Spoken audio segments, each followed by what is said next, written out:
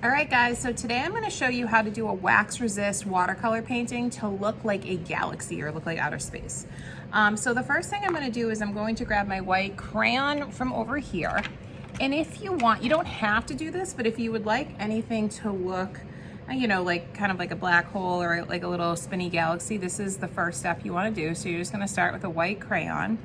And then I'm going to maybe do like a little, of course that breaks, a little spiral here, and maybe I'll have another one over here. I don't want too much, I just a little something to break up the sky, and then I can just kind of brush away any little pieces. And when you're doing that, you want to press down pretty hard so that the wax actually resists, there's enough wax that will resist the paint. So now I'm going to have my clean water cup here with my paintbrush, and I have my watercolor palette. And the main color that we're going to use is black because we really want it to look like deep space, but I don't want just a plain black sky. I kind of want to add some colors. Now you can choose. The only color I wouldn't do is brown, but you can add a little purple, a little blue, a little green, any of the colors, but I wouldn't use all of them, so kind of make a choice. So I think for mine, I'm going to do a little purple, and I think red, are the two colors that I'll use in this galaxy. So now that I've dipped my brush in the clean water, I'm going to start with black because that's my prominent color. And I'm going to start painting, and I'm going to paint left to right. Now notice when I'm painting, I'm leaving a little bit of a white border. It just is it's a nice aesthetic. It looks nice, okay? And it's okay that it's rough around the edges. It kind of adds to the look. So I don't have to have a nice neat border. I just want to have a little bit of a white border to show that it's a painting.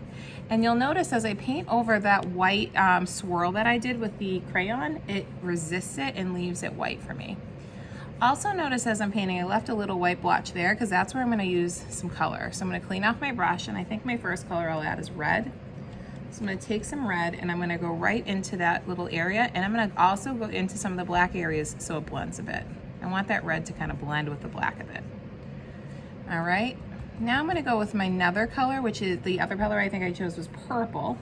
So I'm going to get some purple in here, and again, I'm going to let it do some blending with that black to create that galaxy look. And I'm going to continue doing that. I'm going to continue taking my black as my dominant color, again, painting left to right. And then every once in a while, I'm going to put in a little of the colors that I chose for my Spacescape or my Dreamscape.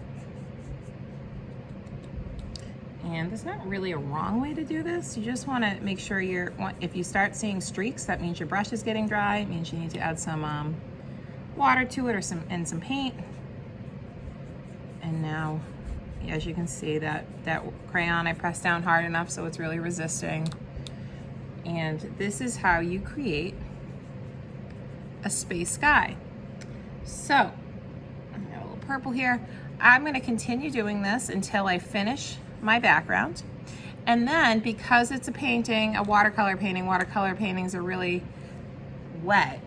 When I hold it, I want to hold it flat like this, and then I'm going to walk it to the drying rack and put it on the lowest available slot, because remember, all classes are doing this, so that it dries and doesn't drip. All right, so I hope you enjoy your painting day. Have fun.